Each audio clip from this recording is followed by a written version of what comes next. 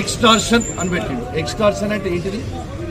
ఇలా రేవంత్ రెడ్డి గారు కాంట్రాక్టర్ల దగ్గర 20% కమిషన్ తీసుకుంటుంది. ఎక్స్టార్షన్.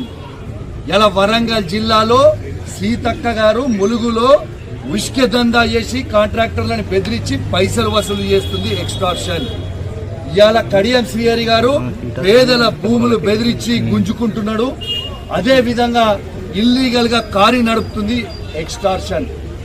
ఇక్కడ ఉన్న శాసనసభ్యుడు, వర్ధనపేట శాసనసభ్యుడు ఇవాళ పోలీసు వాళ్ళ దగ్గర పైసలు వసూలు చేసి పోస్టింగ్ ఇచ్చింది. ఎక్స్టార్షన్. బిడ్డ మీ బట్టలు ఇప్పుతారు రేపు మొత్తం ఇలా శాంపుల్ చూపించిన రేపు ఎవిడెన్స్ తో సహా ఏ విధంగా మీరు వసూలు చేస్తున్నారో, ఏ విధంగా మీరు అన్యాయంగా తెలంగాణ గవర్నమెంట్ కి నష్టం చేస్తున్నారో ఖచ్చితంగా రేపు హైదరాబాద్ నడిబొట్టున మా పెద్దలతోని డిస్కస్ చేసి ఖచ్చితంగా దాన్ని బయట పెట్టబోతా ఉన్నాను. రేపు ఎవరు ఊహించుకోని విధంగా రేపు ప్రెస్ మీట్ ఉంటుంది.